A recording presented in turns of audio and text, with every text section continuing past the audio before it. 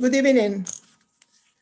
Thank you for joining us for the celebration of inclusiveness in medicine and science distinguished lecture series. This lecture series was inaugurated in 2014 by the Office of Inclusion and Cultural Enhancement in the Jacob School to honor role models in health and biomedical science that are devoted to promote diversity and inclusion and who can inspire our students and faculty. This event is sponsored by the Office of Inclusion, the UB Alumni Association, the Student National Medical Association, Polity Student Government, Department of Pediatrics, and Office of Medical Advancement. As Senior Associate Dean for Diversity and Inclusion, our office is inspired by the quote by Mark Nivet: diversity does not occur along with excellence on spite of excellence, but it is integral to the excellence and success of any institution. The goal of our office is to promote diversity, equity, inclusion, and belonging, and to embrace cultural differences as a means to achieve excellence in research, teaching, and healthcare. So March is the Women's History Month. We recognize all the women in our communities, acknowledge their accomplishments, and the need to reduce the barriers encountered in pursuing their dreams. Today, I really would like to honor women at UB. Women at UB have been pioneers in science, healthcare, and women's rights. Their extraordinary abilities, strength, and talent paved the roads we walk today. But specifically, I want to honor today Dr. Mary Blood Moody, the first woman to graduate from the University at Buffalo with a medical degree in 1876. We also want today to honor our keynote guest, Dr. Maxine Hayes, who graduated from UB Medical School in 1973. And today she's being honored with the UB Medical Alumni Association Distinguished Medical Alumna Award. Without further ado, I would really like to introduce the program to you. I will soon introduce Dr. Daniel Sheehan, who is the UB Alumni Association President, and will give an update about the association, an update on the Jacob School 175 anniversary, and will present Dr. Maxine Hayes with the Distinguished Medical Alumni Award today. So this will be followed by a discussion and Q&A session featuring Dr. Maxine Hayes, and this will be moderated by students, residents, and faculty that I will soon introduce. So this will be followed at 4:45 by an open discussion that will be moderated by Mayowa Adebayi and Janine Mayer. So then we'll close at about 5:15. I just want to say we are trying to answer all your questions, but if there are questions that remain to be answered, please contact us via email, phone, or any other means. We want all your questions to be answered. So let me briefly introduce the moderators of the Q&A session: Joseph Lesh, MD candidate 2023, and past president of Polity Student Government; Dr. Fred Archer, clinical assistant professor in the Department of Pediatrics; Mayowa Adebayi, MD candidate 2023, current president, Student National Medical Association; Antonia Lemoniz, who is Dr. Lemoniz, who is chief resident, pediatric resident in the Department of Pediatrics; and Janine Mayer, who is a medical student and will help in the open Q&A session. So my thanks go to Jennifer Setsemini and Jennifer Britton from the Office of Medical Advancement for the help and coordinating this session. And without further ado, I just want to introduce to you Dr. Daniel Sheehan will take over the session from now on. Dr. Sheehan is the president of the Medical Alumni Association, is the Associate Dean for Medical Curriculum, and is clinical professor in the Department of Pediatrics, and he will have the honor to introduce to you Dr. Maxine Hay, and also introduce the award from the Medical Alumni Association. So Dan, the forum is yours. Thank you, Dr. Dubakovich. On behalf of the Jacobs School of Medicine and Biomedical Sciences and its Medical Alumni Association, we are absolutely thrilled to be part of this conversation and have the opportunity to honor Dr. Maxine Hayes. As we celebrate our school's 175th anniversary, we are proud and grateful of our alumni like Dr. Hayes. Every year, we honor one distinguished medical alumnus who is recognized for their outstanding contributions to medicine and healthcare. And as president of the Medical Alumni Association, and on behalf of Dean Michael Kane and our governing board, it's my sincere honor to present this year's Distinguished Medical Alumni Award to our featured speaker. Dr. Hayes graduated from UB Med in 1973, and she was among the first Black females to be admitted into our school, and she actually turned down an acceptance at Harvard to come to UB. As you see, she's a clinical professor emeritus within two of the schools at Washington School of Public Health, and her inspiring career and life's work as a pediatrician and the State Health Officer for Community and Family Health of Washington State has been centered around teaching, healthcare access for children and women, prevention, advocacy, as well as public service. And she continues to educate the next generation, paving the way for so many healthcare professionals. And we are so proud to recognize Dr. Hayes for her commitment to UB, the health of children and families across the country for almost 50 years. As a pediatrician, one of my favorite quotes from Dr. Hayes is, "Every child has a right to a good birth, and after that, a core of preventive care health services. So much of what we spend is wasted on trying to cure things that could have been prevented." And throughout her career, one of Dr. Hayes' greatest strengths is her ability to solve problems. And today we'll hear not only about her journey, but also how we all can work together to best address racism as a public health crisis and how to right the wrong of racial injustice in health. So thank you, Dr. Hayes, for being such an inspiration to so many and for being with us today. And I would ask everybody to join me in congratulating and welcoming the 2021 Distinguished Medical Alumna, Dr. Maxine Hayes. Dr. Hayes. Thank you so much. Thank you so much. Thank you so much. To God be the glory. And I say to God be the glory because He alone knows what it took to get to where we are today. And I could not have been so successful without His presence in my life, without the faith that I had. Who would have thought, here we are, 175 years that this medical school was founded. And here I am, an African-American woman growing up with Jim Crow in the South, to be present today to get this award. But I want to tell you that I need to ask you, as we start this conversation, for some things, because I am very moved and I feel a very heavy spirit right now. I know that many of us understand what I'm talking about in terms of living with COVID, but those of you who are African Americans know that the burden has been particularly heavy for us. And righting the wrong, we've got to right the wrong of racial injustice in health. Hate, bias, racism, discrimination in medicine, they all lead to injustices. And these injustices not only harm people and actually contribute to making them sick, they kill people. No system is exempt. And health is one of our most precious attributes.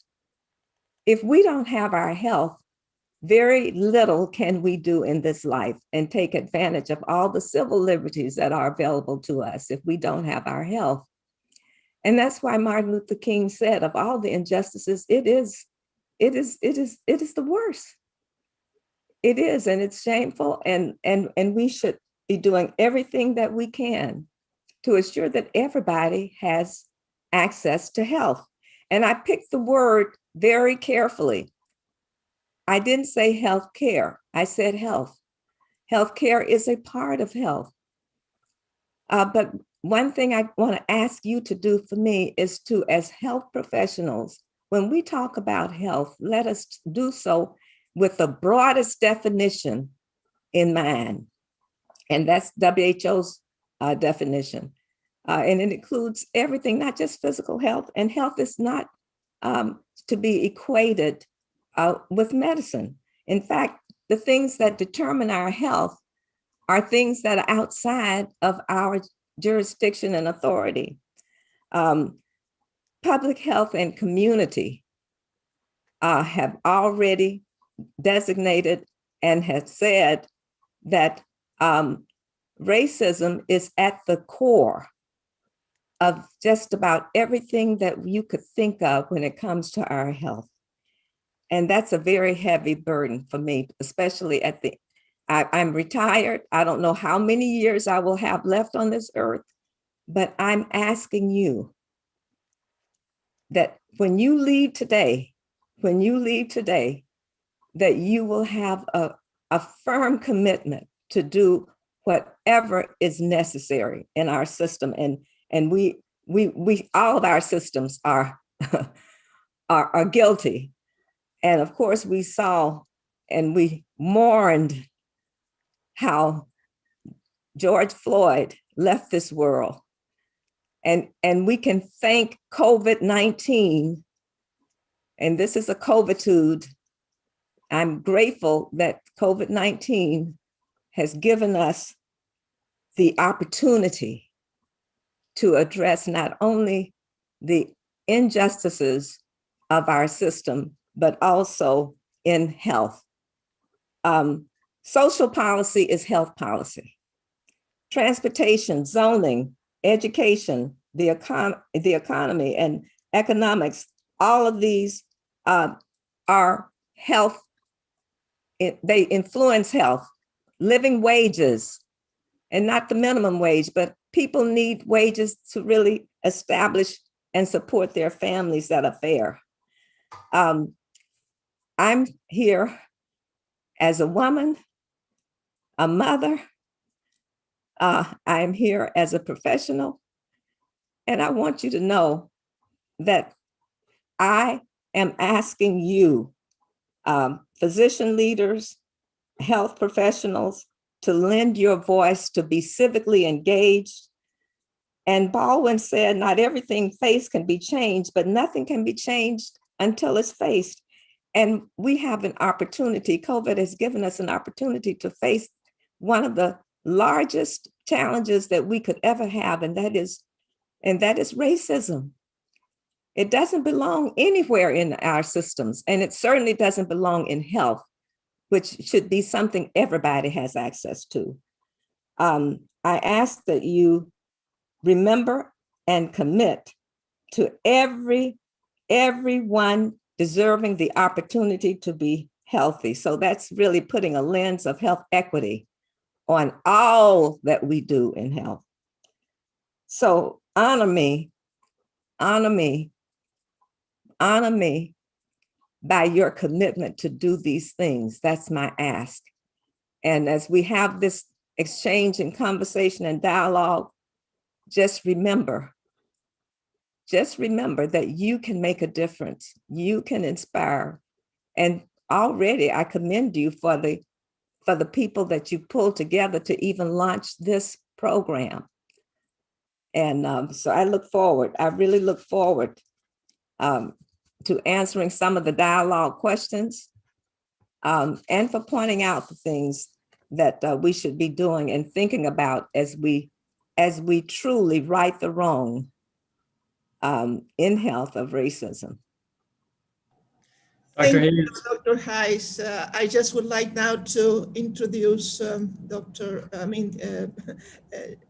Julesh, who is going to address the early childhood of Dr. and career of Dr. Hayes. Dr. Hayes, thank you for those inspiring words. The first question that we have is to tell us a little bit about your childhood and life experiences and what inspired you to pursue a career in medicine and in public health.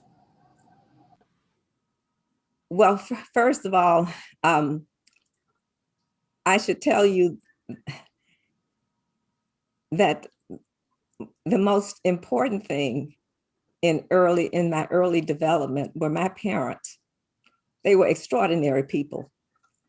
My father had served in World War II, and he had seen the world.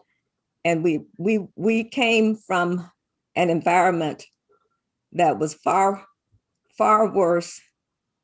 But sometimes I think about the environment we have now, it is just as equally as bad.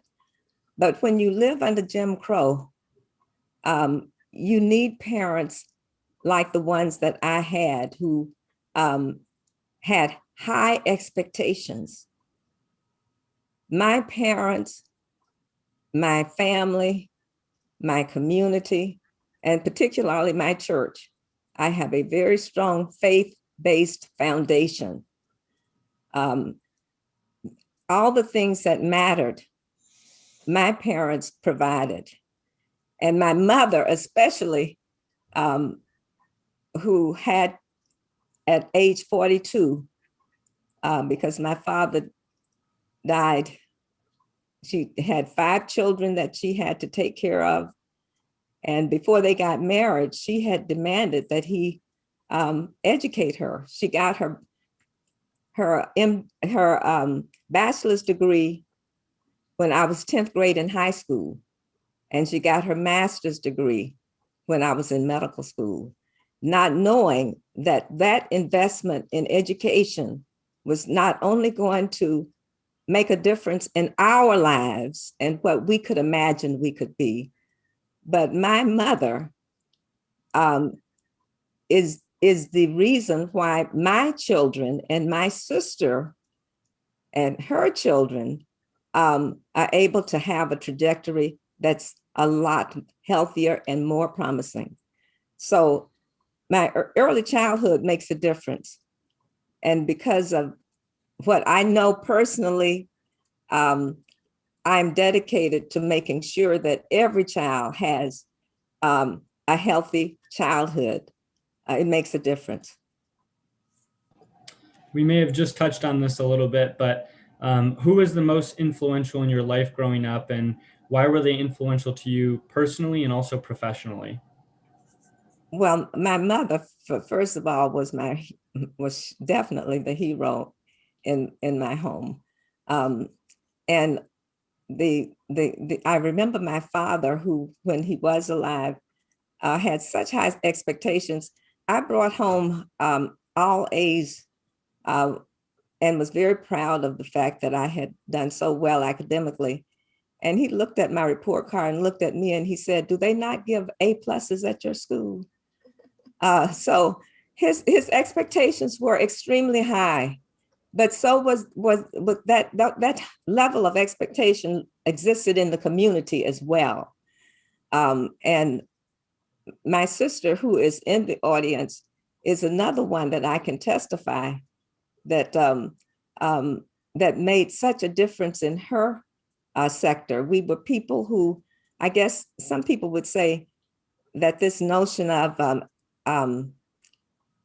if I can see, I can be. Well, I tell you, when you live with Jim Crow, there were no role models. And if you wanted one, you were going to have to make the role yourself. But we had affirmations and positive support. And it all made a difference. Mother was definitely my hero, but then Jack Geiger was one of the people who later on in my life played such an integral part of understanding the determinants of health. We didn't have the language in those days, but we had the concepts. And he shaped that and instilled in me values around prevention, getting things done at the start, community, civic engagement, those types of things. So he was definitely a tremendous influence.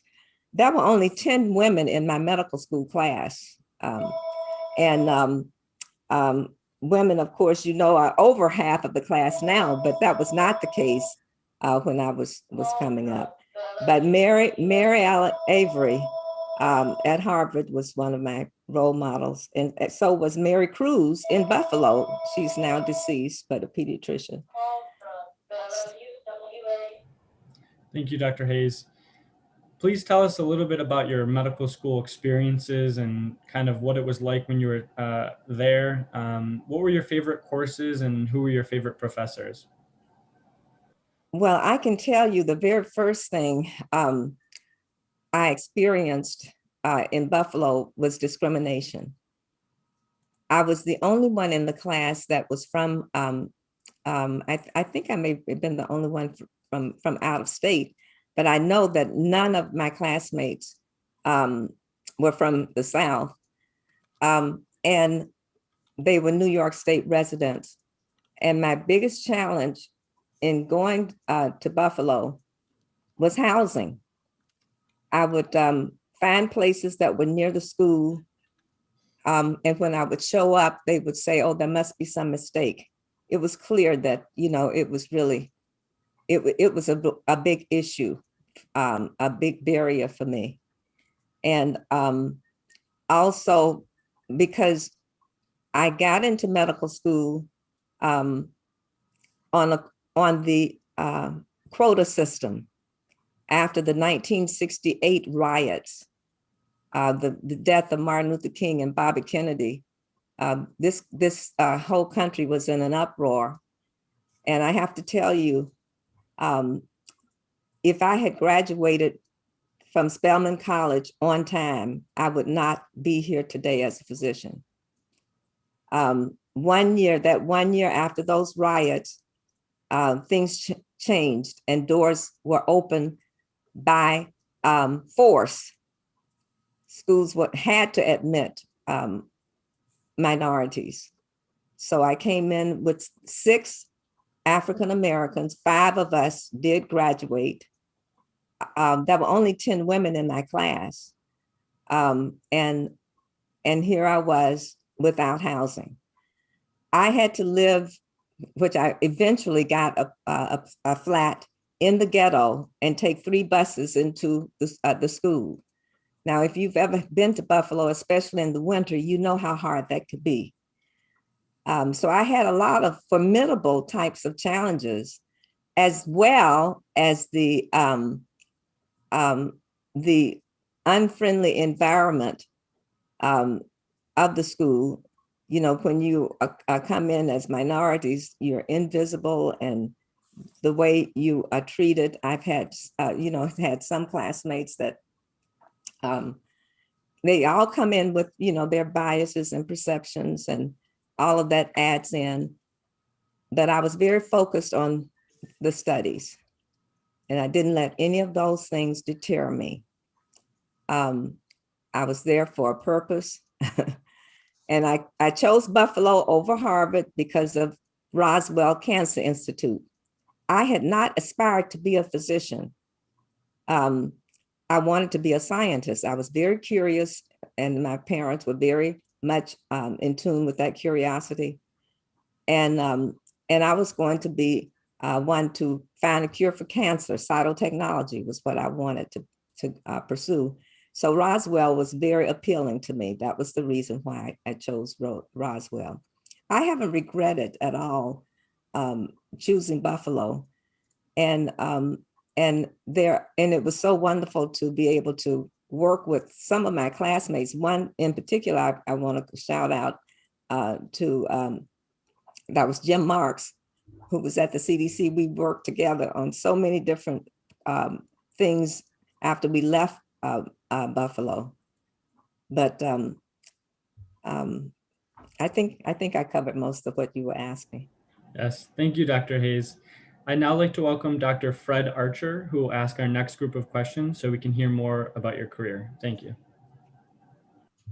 Thank you for those questions, Joseph. And Dr. Hayes, it is truly a pleasure to be here to celebrate your life and career.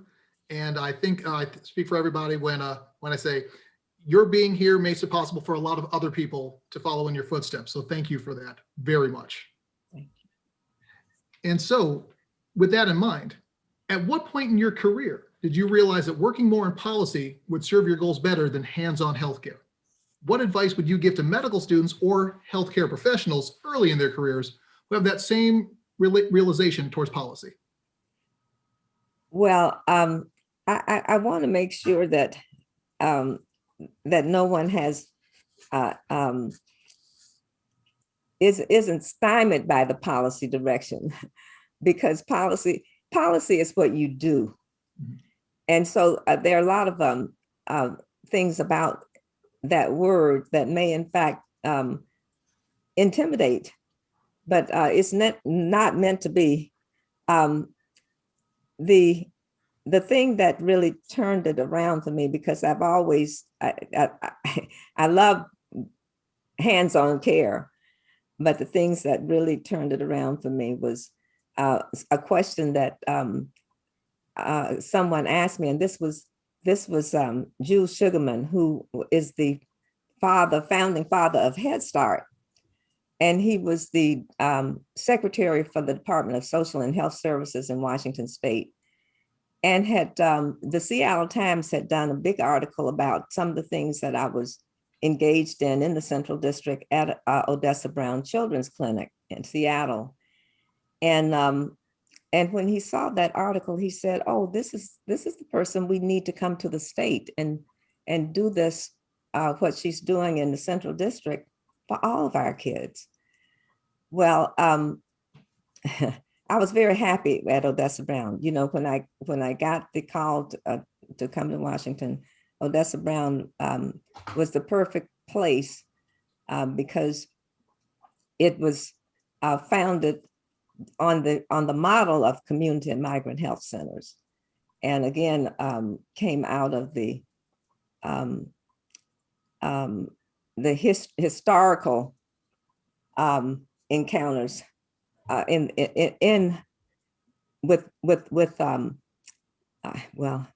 I want to say the Black Panther movement, actually, and that whole perception, that whole part of history, some people may not really understand, but they were trying to create avenues for our health, the Central District being primarily African Americans, and where a place you could go and receive health care with dignity was the motto. And so when I was asked to leave that clinic and go to the state, the question that really got me from Jules Sugarman was, how long do you want to take care of the children you care about one by one, when you could really do this for all the children? And that was a very penetrating question. And I thought about it, and I said, and he said, and I only want 2 years of your career. I don't want your whole life. So that really made it appealing. Well, I could do anything in 2 years. Yeah, so I said I would go to the state and did that, and was responsible for a piece of legislation that dealt with access to high, secure, and quality OB services for women, and assuring them a good birth.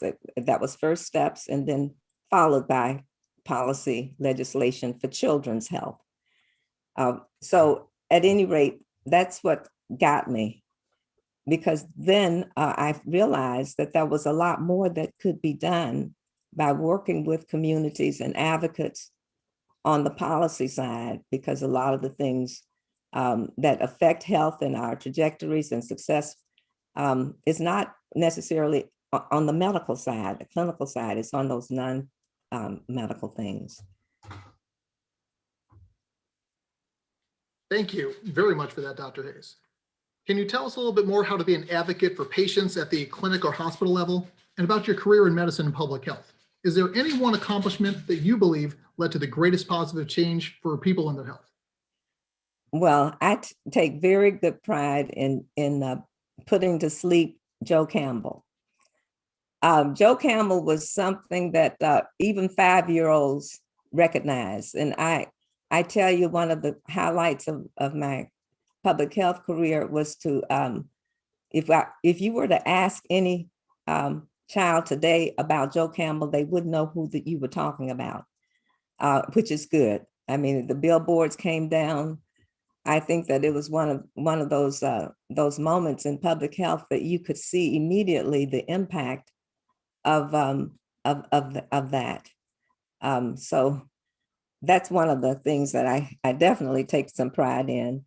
The other thing is I worked a lot on trying to get people to understand the value of health and what it means to be healthy. And it has more to do with things that have nothing to do with medicine necessarily. And people are making health decisions every day that affect us. And they don't know that they are making health decisions. And so trying to get an understanding of what health is and all the things that can determine good health is an education process. And we've come to the point where I believe that if we are going to impact health the most, we've got to also care about things like racism. And so, and the other thing is, I guess I can comment on is I walk the talk of health myself. And when it comes to, taking the stairs instead of the elevator, when it comes to getting the exercise and the nutrition, and now, we certainly need to also add to that sleep, then I'm being a role model. I'm not asking people to do things that I'm not doing myself. So they used to call me the monitor, I guess the food detector, because fat, sugar, and salt were the things that I wanted people to really care about. Well,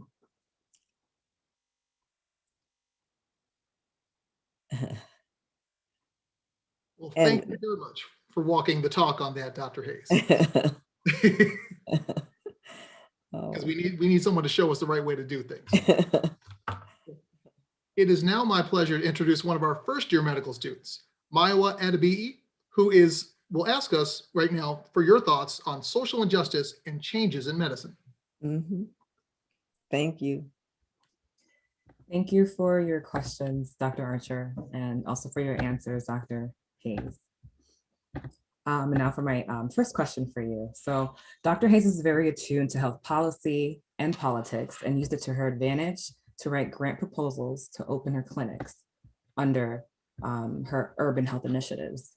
So Dr. Hayes, besides getting an MPH, what are other ways students like myself can learn about health policy or have it incorporated into their medical education so that they're trained to be comfortable or open to creating programs like this too? Well, that's a very good question, because there are things that we can certainly change in medicine, beginning with the curriculum.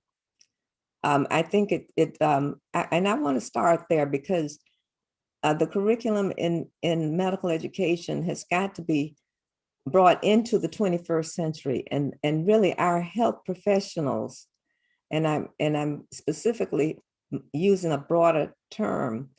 There's so many ways you can help on build healthier communities without necessarily becoming a physician, and having the passion and the understanding that there are other ways you can also contribute, and never minimizing what those ways could be. I think in my case, I wanted to go to the laboratory, but it wasn't until the University of Buffalo had an externship in places like Boston and Mississippi, the Mississippi Delta. And I was able to go as after my first year of medical school to a clinic in Mount Bayou, Mississippi. I had never been to Mount Bayou, and when I went there, I recognized how much I had been shielded. When I saw the tremendous amount of suffering due to poverty, and of course, Mount Bayou being an all African American community, they had so little of the environmental protections in place. As a medical student, I was digging privies, building privies to keep our waste away from the drinking water, putting screens on houses so that mosquito bites didn't lead to impetigo. I was learning about the environmental impacts of poverty and also neglect. I was learning that you can't write a prescription for some of those things. Although, Jack Geiger set some beautiful examples because we saw malnutrition. We saw conditions like third world country in the Mississippi Delta. And I was a medical student, and I was really it opened my eyes with compassion that yes, I was going to practice medicine, and I was going to come back and to Mississippi after encountering so many elderly who had never seen a lady with a white jacket. And they knew that I was a student, and they said, come back. We need our doctors, people who truly care about us. And that really put a burning piece in my heart to come back to do just that. But getting back to policy, Jack Geiger was responsible with the community to have a garden where food was actually grown and dispensed. And the federal government didn't like that very much, because they said, because they were they were dispensing food and sending the bill to the pharmacy. And they didn't think that was following the rules. And of course, Jack Geiger said, the last time he had looked, food was the remedy for hunger. And so why wouldn't food be dispensed? Why wouldn't it be? So these were types of behaviors that instilled in me something that I had not known was there. And that was policies as they relate to policies as it relates to education, as it relates to environment. They have to be changed, and they are social changes that we need to make. And writing a prescription for a pill to do it wasn't going to be what was needed. And sometimes community and community activism focuses and shines a light on the things that need to be corrected. And that's what the Mount Bayou experience did for me at such a young age, and really sort of set a trajectory of some of my attitudes. We didn't have the vocabulary of social determinants back then, but in fact, that's what we were practicing.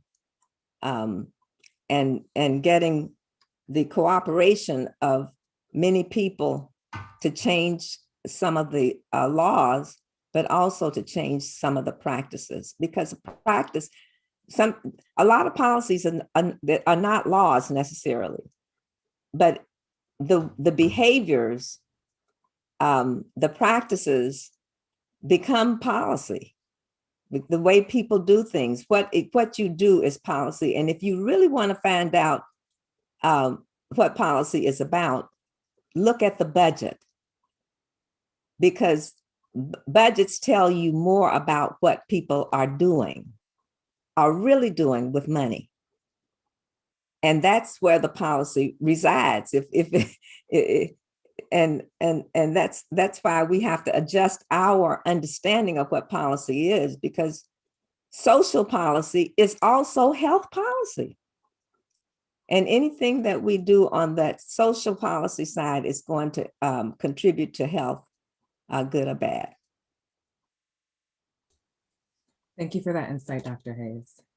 For my next question, what are the things that we need to do to reduce health disparities and barriers to health equity while improving access to quality healthcare for everyone and ensuring the sensitive and professional treatment of all patients and families?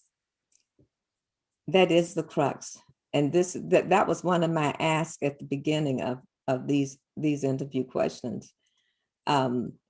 Because I think that we have to remember that the philosophy of science is to discover truth. The philosophy of medicine is to apply that truth to an individual. But the philosophy of public health is to apply that truth for everybody. And that's when we should be so alarmed and so troubled by this huge disparities in health that we have that are racially so different. And they're different because there are segments of the population that have had advantages and sections of the population that have been disadvantaged. And we have to now put the equity lens on everything that we do and ask, if we do this, what kind of impact is it going to have on individuals and communities? And so the 21st century health professional, I believe, has got to be civically engaged as well as committed to the society making those choices that will affect positively everybody. And society is, in fact, the instrument by which we get some of the things we have.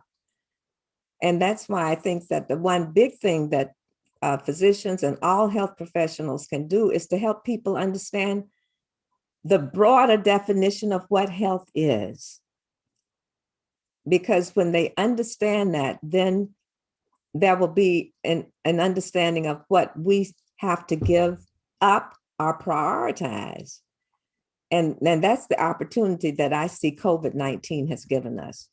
COVID has given us the challenge because we have a disproportionate number of people, especially in our African-American community, that we've lost. And that means that society has lost that talent, and that it's just we've lost. Thank you so much, Dr. Hayes, for your responses. You have provided much needed insight that I believe has resonated with those watching, as it has for me as well. Now I would like to welcome Dr. Tonya Lemonius, who will ask Dr. Hayes for her thoughts about what comes next and what actions are necessary to accomplish her goals.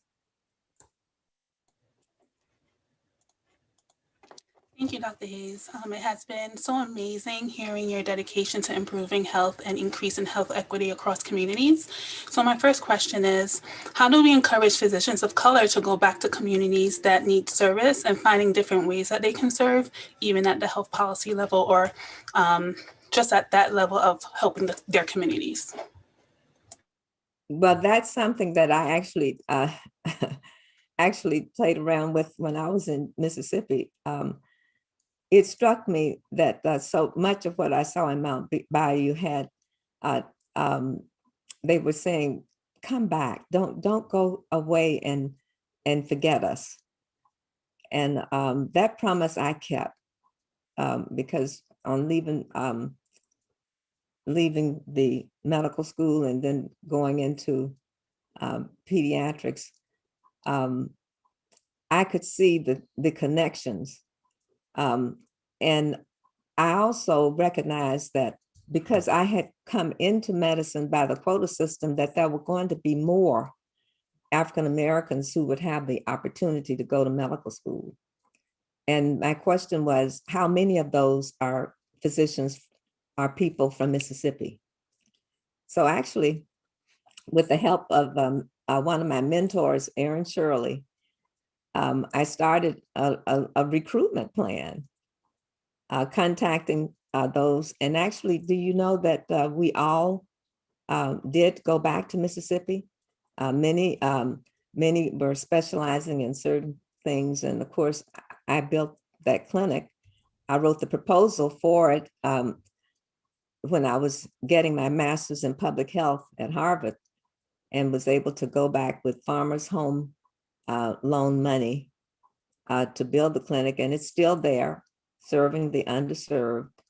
And I made it so that the US Public Health Service would forgive some of the loans if people worked in clinics like that, in those settings. And that was particularly helpful because we were able to get the people from Mississippi, actually recruited Mississippians. And many of them have now passed on or either have retired, but the clinic still remains. I think it's very important for wherever you are on the spectrum, don't sell yourself short. I think that sometimes people think, well, what can I do about this? Because it's so big, it's such a, but remember, I was just a freshman medical student when I went to Mount Bayou. I wasn't nearly finished with the training. And I wrote an article for the Buffalo Physician about health and social change. And that was sort of like a way of sharing that experience. So whatever you think could be done, if your eyes would see those types of interventions, I really applaud them and want to encourage you. We need to be affirmed. So often we just need the affirmation, which is one of the reasons why I have spent so much of my time in retirement with mentoring. And I have students, and I know I will get more after this conversation. But I've had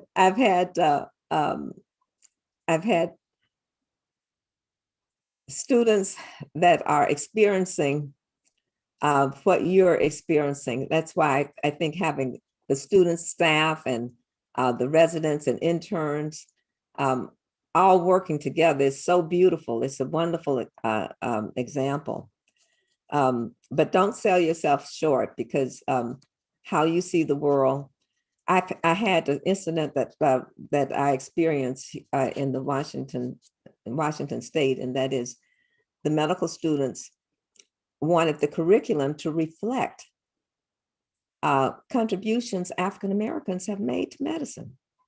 Now, I said yes, because we need to change some of the constructs in our minds that really is the basis for bias and prejudice and stereotyping. We don't know a lot of our history.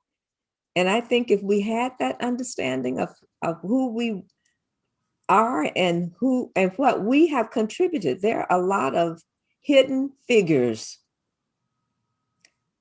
in our profession that have never been acclaimed. And that's not right. I think that in the future, we've got to know and have images of ourselves and stop believing the lies that we're told about African-American men. They're dangerous. They're going to hurt you. You have to watch out. And I mean, we have in our own minds, that's why the bias training has got to happen across all of our systems. If we're going to change it, we need to understand that we can be biased and it can hurt our judgment. There are algorithms in medicine that disproportionately affect by race areas of our population. When I was a medical student, and certainly in my internship, I observed how if an African American female would come into the emergency room with pain, especially lower abdominal pain, it was assumed to be PID with no even questions. That's a bias, even though it wasn't true for a lot of places. But you know, people die from ruptured appendix. My mother's mother had a ruptured appendix and died. My mother didn't get to know her mother. I didn't get to know that grandmother. I never got to meet. And you wonder what would have happened had she not been an African American. She would not have been sent home with those symptoms. But that happens. And we do need to have people that look like us taking care of us, ideally, and we should encourage them. And one thing that I do know is that we have almost no presence of African American males in medicine anymore. That we're losing ground, and we need them. But why aren't they there? They're there because they're not there because of bias and racism in our institutions that don't treat them fairly. It's a humiliating type of experience. They don't want that. They don't have to put up with it, and they go into other professions. We need them. I am encouraged by the fact that COVID-19 have spurred more and greater interest. I am reading that it does, but nonetheless, some of our policies about sickle cell is so damning. We have sickle cell research that has been not adequately or even funded. And we have other disorders that are well funded. And so there's the difference there. I am just hoping that one day I would just live to see the day that everyone has just and humane treatment. Thank you, Dr. Hayes. One of the other things, kind of piggyback off of what you just said, I feel that it was very inspiring hearing about your early life in medical school, where you were facing a lot of discrimination, but you were able to push through. And I would just say, I know we have some trainees also listening right now, and some of the conversations we've been recently having is we also want to be part of academia so that we can also increase the representation in medicine itself. And sometimes just hearing about like the different discriminations that people in academia have in like other institutions nationwide recently, it can be very discouraging. So do you have any words of encouragement and also anything that you feel like our institution can do to help recruit and retain Black physicians? Well, we have got to make it safe for people to tell the truth. We need space, open spaces where we can talk about these very things and not punish our punitive types of behaviors toward what people would look at and say, this is a troublemaker. Well, I want to make trouble. I want to make good trouble on the things that really matter. And these things really make a difference. If our students don't feel that it's safe to tell us where we need to change, we're missing a very important piece of information if we are really sincere about changing. But that's when I say that, you know, a lot of times it's resistance to change. Don't think that people are not going to resist white privilege. That has existed for a very long time. And believe me, the thought of having it taken away, I'm certain is very frightening. But what are we giving up in exchange for keeping that? That's what we've got to step back and see. It hurts all of us when we have these inequities. I think that, you know, what's very telling is many people who think they want to go into medicine, and it has nothing to do with MCAT. In fact, MCAT, we should even be rethinking what value that is truly. We need to, there are some things that we need to stop doing because they don't work and they don't really add value. And I really am one to say that all of our admissions committees should have bias training, because at the very start, we should begin to look at the root causes of why it is we have these issues and attack them and address them from that way. And so I think we have to, what COVID-19 is giving us the opportunity to do, because I think the opportunity is with what has happened with COVID, and the time is now, because people are beginning, as a result of George Floyd, all the marches. I mean, one of the most beautiful things that I witnessed in Seattle, at the height of this pandemic, the health professionals were all marching. And when one woman was asked, aren't you concerned about these mass gatherings? And she said, racism is killing more people than COVID-19. And I need to be out here protesting and lending a voice to the fact that this is wrong and we need to do something about it. And I'm willing to take that risk to be here with my colleagues to make that statement. Isn't it interesting that, you know, we had the civil rights movement when I was growing up. Then we had the Watts and Detroit and Chicago, the riots after Martin Luther King and after Bobby Kennedy were assassinated. And it was during that year that I was taken out of the country. So I was not even in the country when that happened.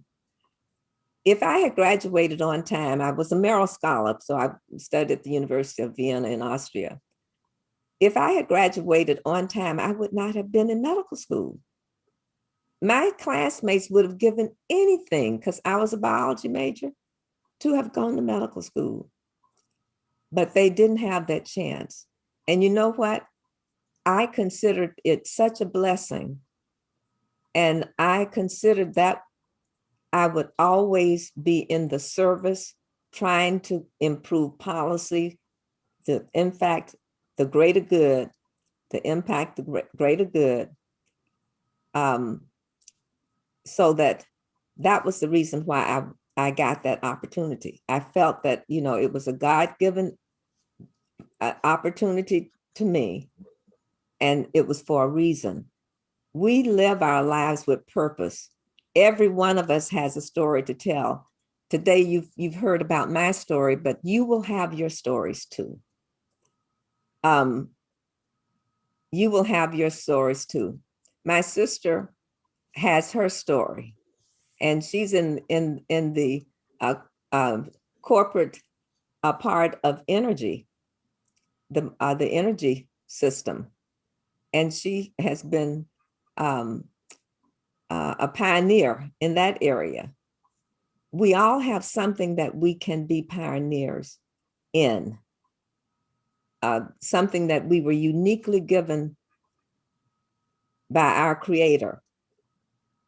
And I think that recognizing what that is early was my gift, but you will have it too. You will know if you have that burn in your belly, you will know that that's where your passion is, if it moves your belly, that burn in the belly.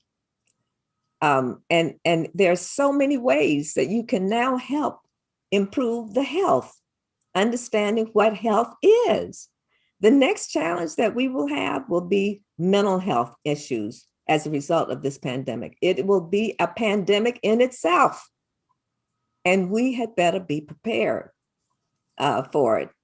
When you have a 12-year-old child singing at the top of their voice, "I just want to live," and as a pediatrician, I now know that if I was practicing, that the anticipatory guidance has to have questions about, are you prepared and do you know what to do if you have an encounter with a policeman? That should be a standard of practice. I mean, it really hurts. But that's some of our realities. And I am looking to you, the students, the staff, the people in academia, the clinical people, the non-clinical people, and these are issues that we have to bring other professionals to as well, and extend our reach and understanding of what health is with all of those people that can begin to work with us, so that we assure the health and well-being of a nation.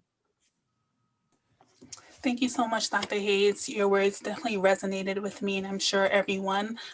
I always say everything happens for a reason, so I'm very happy that you were able to start your medical career here and just be an inspiration for us all. So I'm going to pass it back on to Dr. Dubokovich. Thank you. Thank you, Dr. Hayes, and thank you, all the moderators. This has been very inspiring. So we have, so Dr. Hayes, if you really would like to make a short summary, and then we can then move to questions from the audience, if you would like to. Yes, well, I know that because I do want to hear from the audience. I want to pull up that one slide. One of the greatest liabilities of history is that all too many people fail to remain awake through great periods of social change. And I think we're in that period of social change right now with COVID. Every society has its protectors of status quo and its fraternities of the indifferent, who are notorious for sleeping through revolutions. And I think we're at that point right now. Today, our very survival depends on our ability to stay awake, to adjust to new ideas, to remain vigilant, and to face the challenge of change. This is a statement from Martin Luther King. And when I saw it, it was so apropos to where I was hoping we would end up today. Because I'm asking you to honor me by making the commitments so that we can have, and it won't take 50 years, I hope it won't take that long, to say that we have really right the wrong of racial injustice in health, that we will no longer have that problem.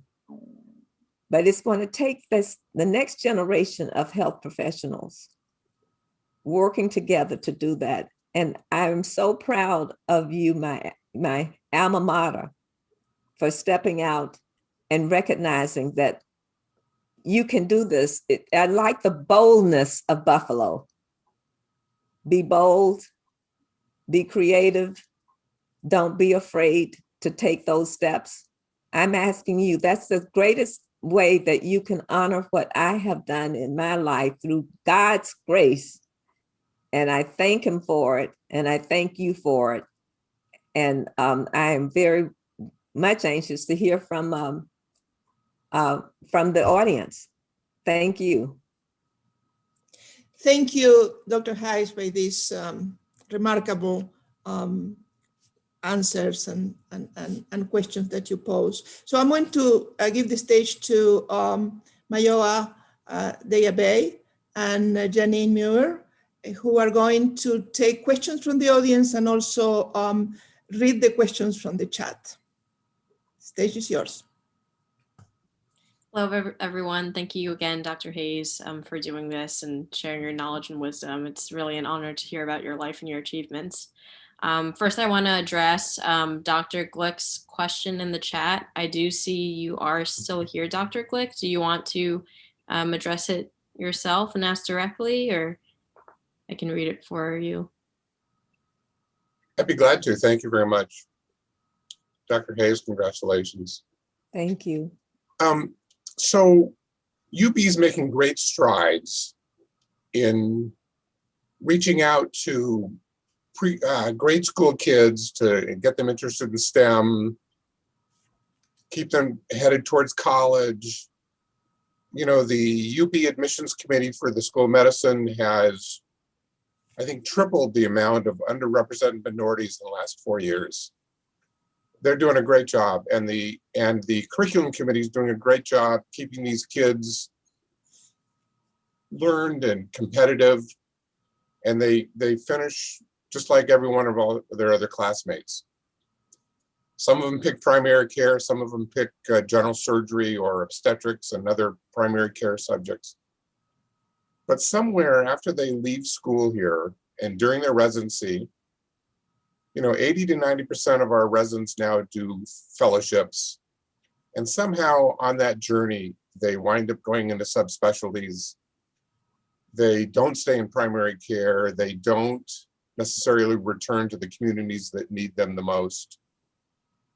And so I'm wondering, how can we incentivize them, either through loan forgiveness or some sort of other incentive, to get them back to these communities, do primary care, and become part of the community and stay there, just like you were suggesting.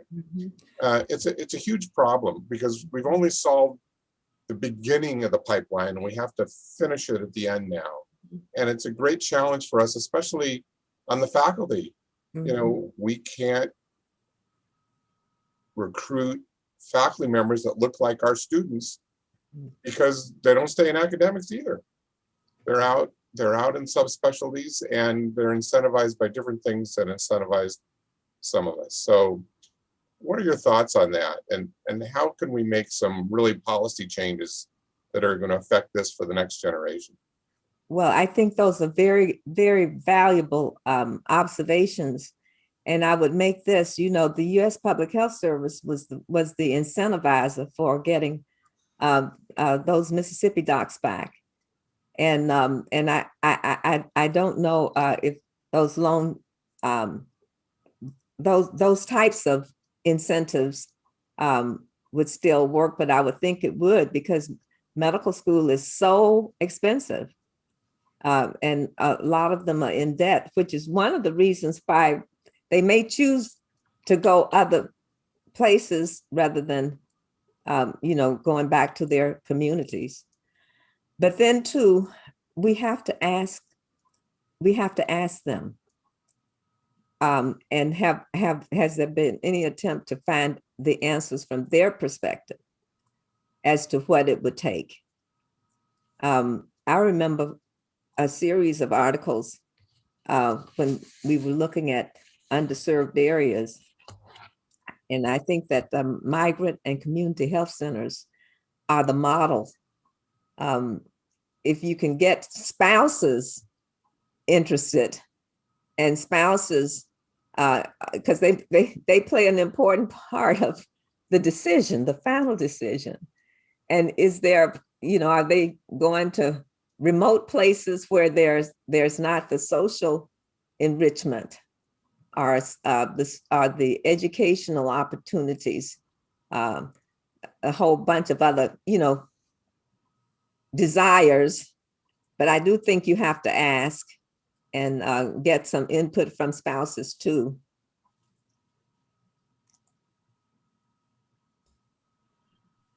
Thank you for your response, Dr. Hayes. Thank you. I do see one more question here for you in the chat. As a first-year medical student, I find my role in the field inconsequential and sometimes at a loss on how to contribute to the discussion about addressing racial disparities and injustices. What do you suggest medical students do to continue this conversation? Beautiful question. Yes. I think we have to provide the space and the confidence that these students who are asking very legitimate and feeling some very legitimate concerns. I want you to know and remember, I was just a freshman medical student with 1 year under my belt before I went to Mount Bayou and then wrote that article in the Buffalo Physicians. And when I read that article that I wrote, it brings me to tears because I said, oh my, I did not even realize how mature in my thinking. And it was right on spot for social determinants of health that didn't come for many decades after I had actually had that experience. So what I'm saying to you is that your eyes and what you see right now is so important to be shared. And our institutions should do all they can to create environments where they feel safe, that they can tell what they actually experienced and share it. I hope that, and I do hope that this happened in my own class. We have so much to share with one another because we're all on the journey of life. And my journey isn't the same as yours, but there are things about your journey that you can help me in my journey if you share them. And that's why I want to encourage the Alumni Association to begin to catalog and engage the alumni because they have stories to tell. Stories that will inspire, stories that will affirm, because everybody does need to have affirmation in the choices that they make. They always, and I tell you, that's one thing I do more in my mentoring role with students is to affirm them.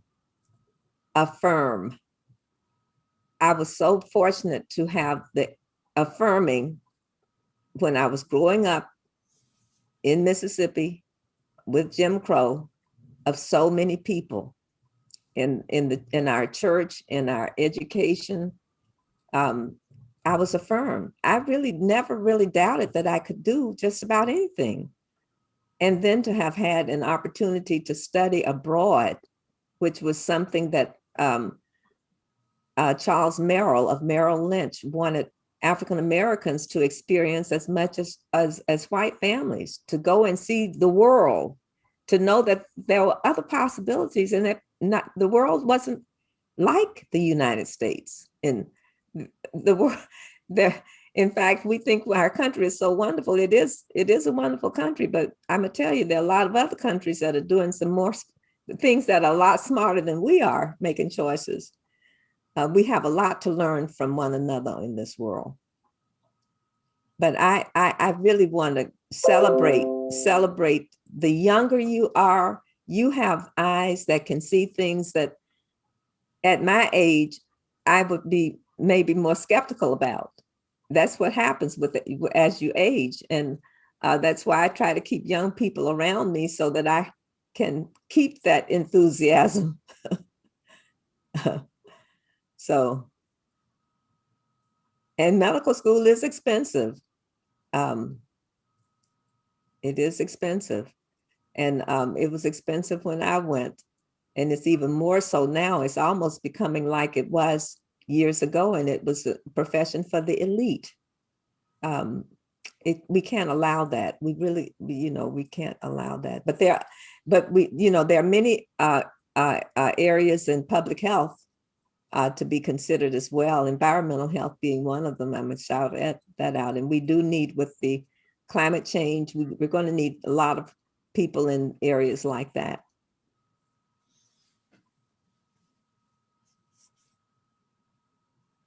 Okay, perfect. Thank you so much, Dr. Hayes. I see we do have another question in the chat from a fellow student, Tatiana.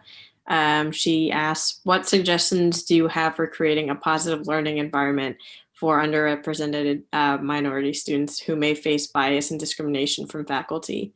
As you detailed your experience with racism outside of the school, did you have to face similar situations in your time as a student?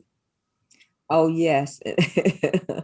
Yes, I did. And I can tell you, I didn't let any of that deter me. I had one professor, I will not name, but he told me I had 3 strikes against me. I was Black, a woman, and diminutive in stature. Of course, it went in one ear and came out the next, because I want to tell you that didn't have anything to do with what I was aspiring to have become. And but it takes it. People are going to be people, but you know what? There is an art to medicine, and we put a lot of emphasis on the science. But Hippocrates himself said that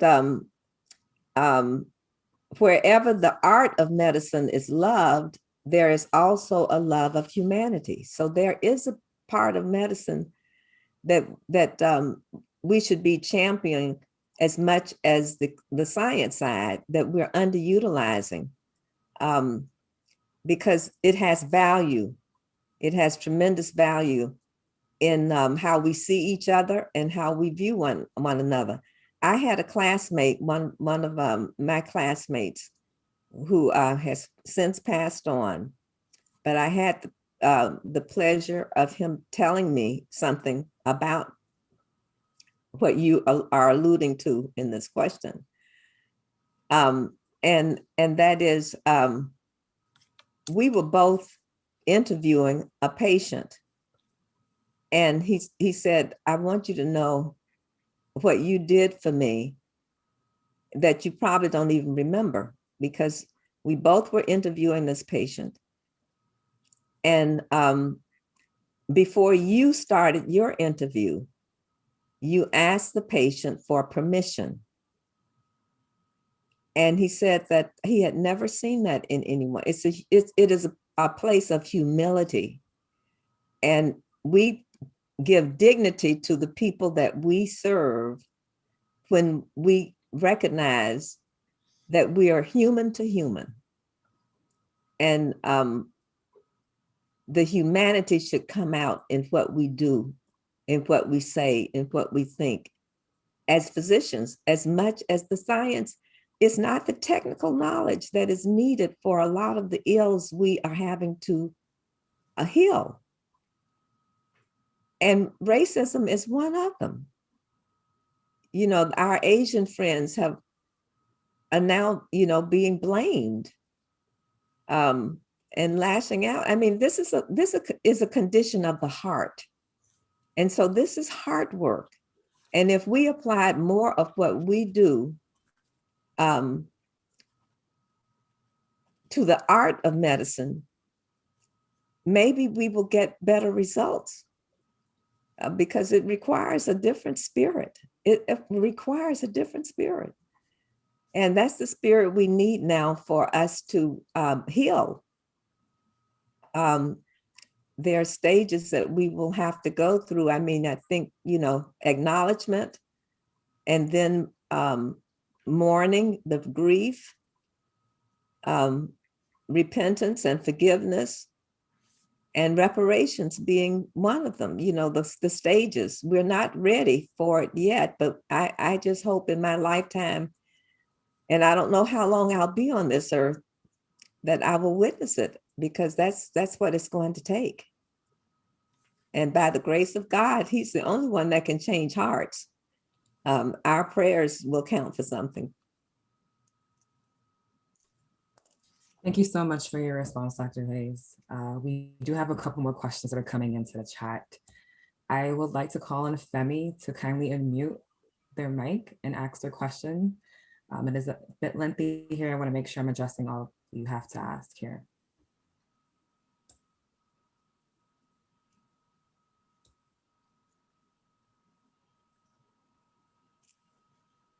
Demi, are you there?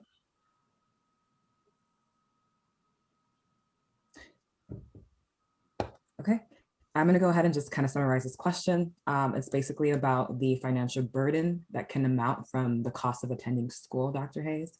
Yes.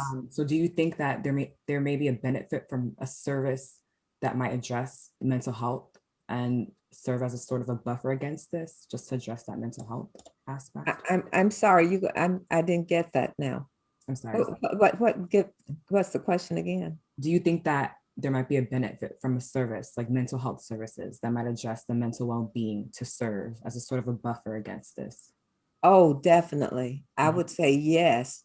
And if is it possible that we can ask the person for that, whether they have something in mind?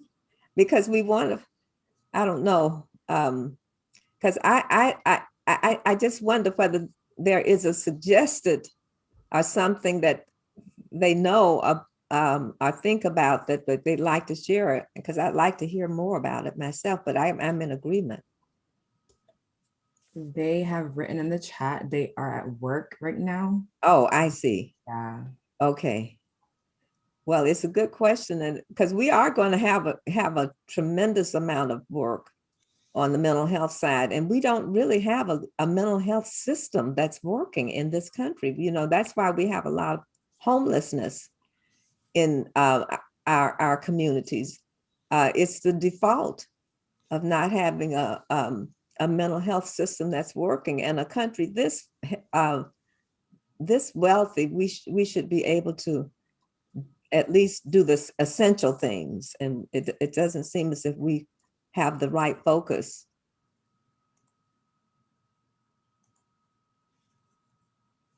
Okay, thank you for that.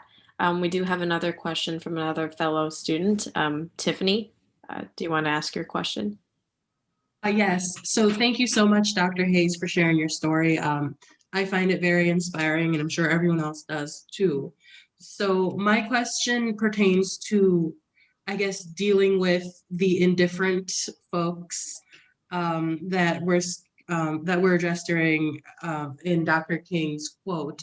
So as you know, as medical students, I think the school has done a great job of making safe spaces where we can get together and sort of detail our experiences, talk about the things that aren't working well.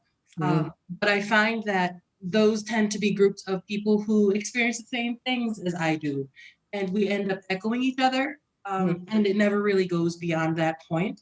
So I want to know, you know, when you were a student, when you started working, how did you make your own voice heard? And what can we do to take what we're saying from, you know, these groups of people who are living our lives to those who don't want to hear or never really think to listen? Yeah, that is a human to human. It really is. And I know that you know, when I was a student, we had so few women, and women now are the probably the majority in a lot of the settings. And I do think with Mary Ellen Avery, who was one of my mentors, she was the first medical director of Children's Hospital, the Children's Hospital in Boston. But she did have to give up a lot of you know, to be in that position, and didn't have a life outside of that position. And you know, I do think there is something to be said about keeping balance. And in the earlier days, we didn't have those examples of people who could balance a profession based on their gender. I mean, it was just very, very hard. The indifference is something that, again, is an issue of the heart and really based on fear, a lot of fear. And I think maybe having safe places, but also having some remedies And I can't say right now what those might be, but I do think the community should be asked. However we define community, we should be asking some specific questions of that community, in terms of what would help, what would maybe allay some of the fears and anxieties, and spell them out. I do think that it's so important to call racism racism. There has not been another time in our history where the use of that word has been more profound than it is right now. And we need to recognize that, because the timing is the opportunity COVID is giving us, the timing of some of the remedies, and it begins with conversations, and not necessarily with people who agree with us. We need to listen. Yes, you're right. I mean, listening is a skill. And that's one thing physicians oftentimes don't appear to have. Why? Some of the pressures is time and money. Time they're spending with patients, and what are the issues? We need, I guess, more of a public health workforce, and which is something that Patty Murray, the senator from my state, I met with her staff last week on a bill that she is introducing to give us the capacity at the local level to take some of the burden off of providers. In fact, one proposal even puts a child development specialist in every clinic, that position. And I think that's a very good policy investment. So we should be affirming our representatives in Congress when they come up with these concepts, and they want to hear from us as constituents, which is lending our voice again, writing letters, doing op-eds, and having the permission without fear of being retaliated against or fired. I mean, we've had people speaking out who've actually been fired from positions. We don't want environments like that, and we should be creating safe environments without those harms, and with particularly harms to people who are trying to either be there so I hope that helps. It's I just saw a note up from Bill Reed. I'd like to, did you get that question that he had? I'm reading it right now. It's not a question, more of a comment. Would you like me to read it to you? Yes, I do. Mm-hmm. Okay. There is a nonprofit in SoCal that recognizes that MDs leave med school with a large debt. Mm-hmm. It has a fund that allows it to hire MDs to work in local clinics for minorities and pay them a salary similar to the higher paying jobs. More funds like this should be created. Oh yeah, I think that is one remedy. And he's right on that one. Okay. Well, we have one more last question for you before we can pass it on to Dr. Bakovich for the closing. Okay. And it is from Dennis. We've all heard the phrase lead, follow, or get out of the way. What advice do you have for those healthcare professionals with the white privilege, especially white men, who share your values concerning social justice and health equity? What should we all be sure to keep in mind as we navigate the challenges facing us? Well, I don't know how long you all want to stay to talk about that, because that's the work. That is the work. And I don't have a silver bullet, but I certainly can resonate with his sentiment. It's about power. It's the distribution of resources and power that we've got to share. And that's what is so hard to give up, is control and power. But in a system that is inclusive and honoring of everyone, the power to make decisions should be shared, and community should be in the seat of doing that. I really do. That's why I think it's so important to have a relationship and know the community, and also work through those community settings to change directions and attitudes. And I'm a big believer in acknowledging the biases, at least finding out more about where they are, because some of us who don't think we have, and we all have them, we all have biases. We all have biases. And we need to understand where they come from and how we can manage the biases in a way that doesn't hurt people. But call attention to why am I really thinking this? What can I do with my own attitude and adjust that would make me see the world a little bit differently.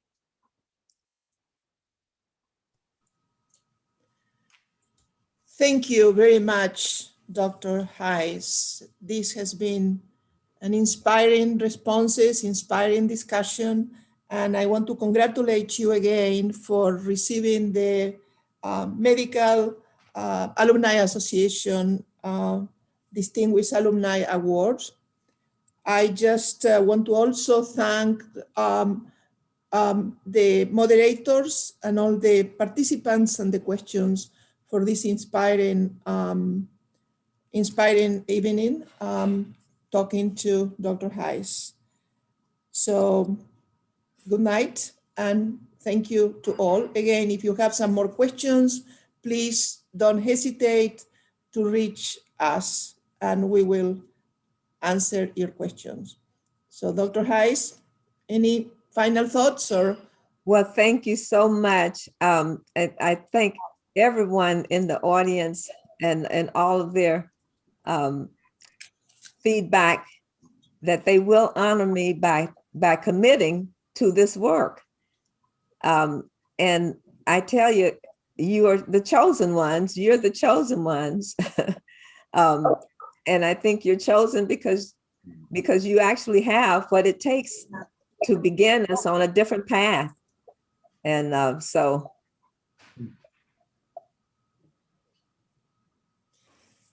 Thank you. Thank you very much again. Congratulations. And Thank I hope you. that you have a safe evening.